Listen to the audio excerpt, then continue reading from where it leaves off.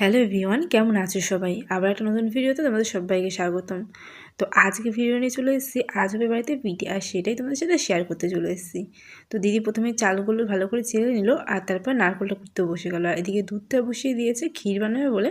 আর দেখতে পাচ্ছ গুড়টা ভেঙে নিল। এই দেখো, পুরো ভিডিও দিতে পারছি না, কেটে কেটে দিলাম। ওদিকে ক্ষীর হয়ে গেছে, এদিকে হচ্ছে পাটিসাপটার গোলাও তৈরি হয়ে গেছে।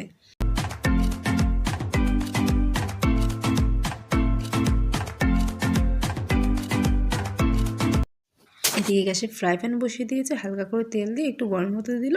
তারপর যেটা রেডি করে রাখা ছিল ব্যাটারটা, সেটাকে এখন দিয়ে দেবে।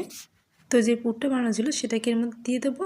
ব্যাস, তারপর আমাদের পিঠেটা রেডি। তো আজকের মতো ভিডিওটা এই পর্যন্ত। যদি তোমাদের ভালো লেগে থাকে তাহলে অবশ্যই একটা লাইক করে দিও, আর যদি আমার চ্যানেল নতুন হয়ে থাকে তাহলে অবশ্যই চ্যানেলটা সাবস্ক্রাইব করে দিও। আজকের মতো ভিডিওটা এই পর্যন্তই।